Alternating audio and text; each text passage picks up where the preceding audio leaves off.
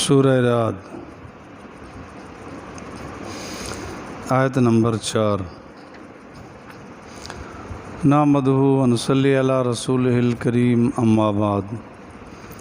اعوذ باللہ من الشیطان الرجیم، بسم اللہ الرحمن الرحیم۔ وفی الارض قطع متجاورات وجنات من اعناب وزرع ونخیل وصنوان غیر صنوان یسقى بماء واحد ونفضل بعضها على بعض في الأكل ان في ذلك لآیات لقوم یعقلون۔ صدق اللہ العظیم۔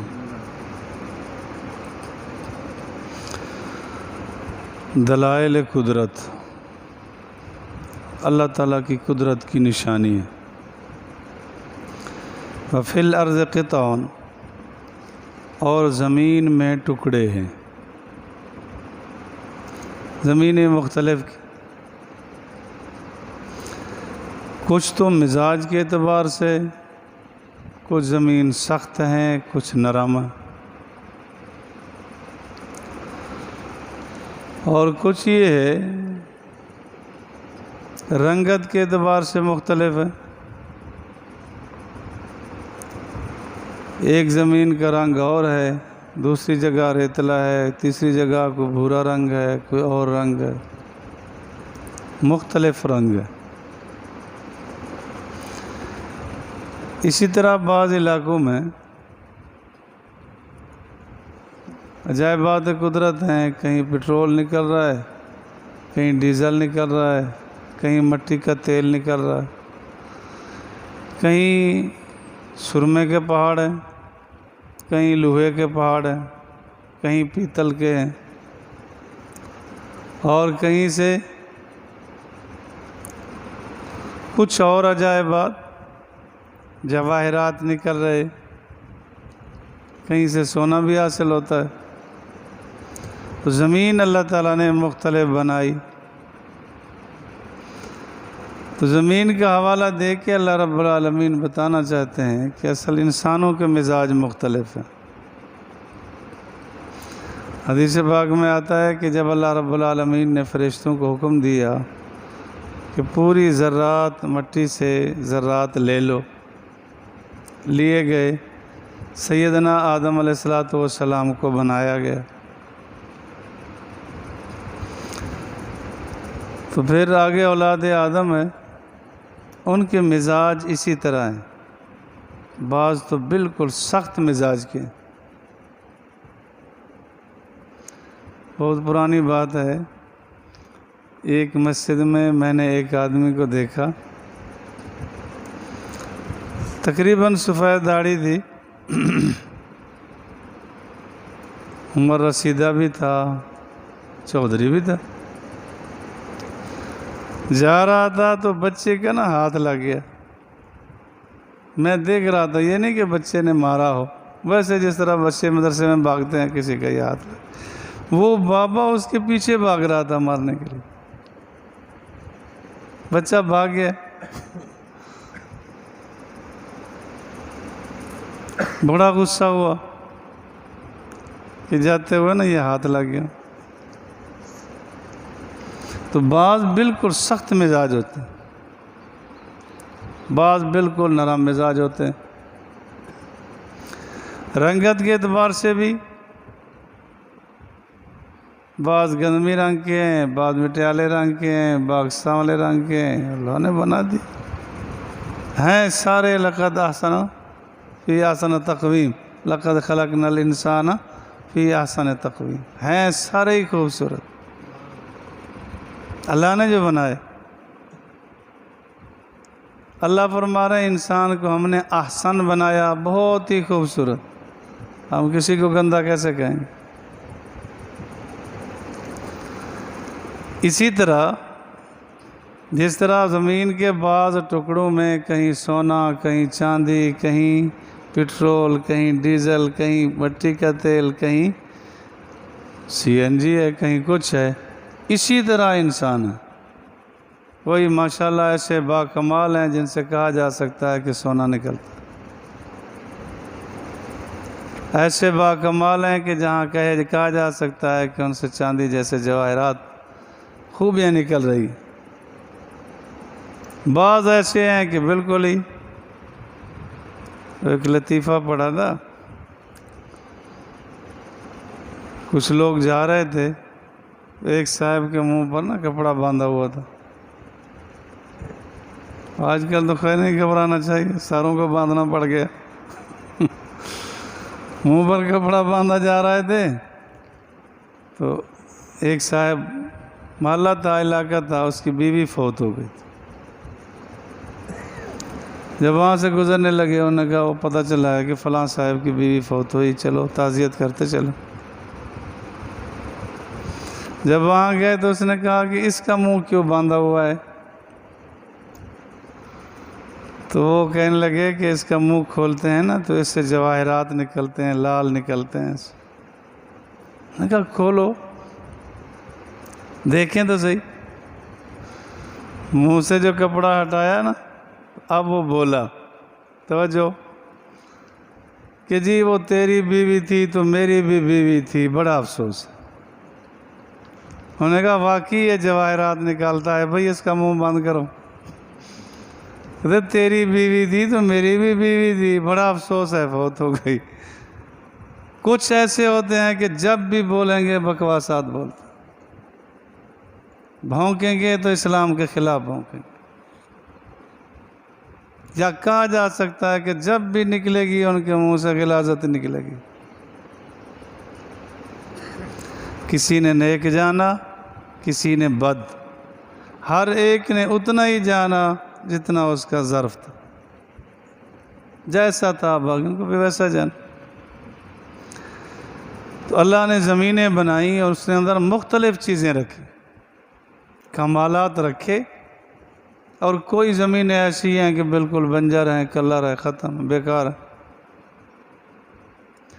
وَفِي الْأَرْضِ قِطَعٌ، اللہ فرماتے ہیں زمین میں ٹکڑے، متجاورات، ملے جلے. ملے جلے کہ زمین ہے تو متصل، کچھ رنگت میں بھی تھوڑی سی تبدیلی. اب ہم سارے ماشاءاللہ انسان تو ہیں ہی،